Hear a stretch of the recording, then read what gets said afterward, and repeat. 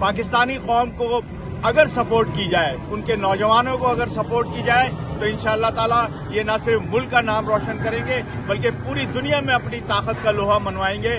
آج پاکستانی امریکہ میں رہنے والے بے انتہا خوش ہیں کہ پاکستانی نوجوان نے ملک کا نام روشن کیا۔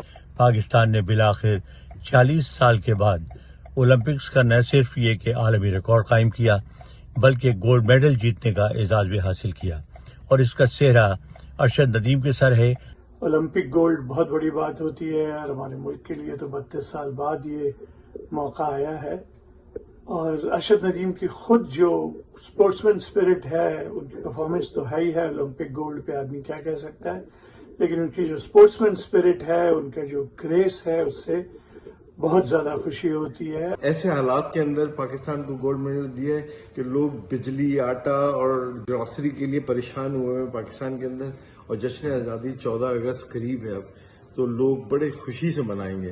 ہم رہتے امریکہ میں ہیں لیکن ہمارا دل جو ہے وہ پاکستان سے جڑا ہوا ہے۔ پاکستان زندہ باد۔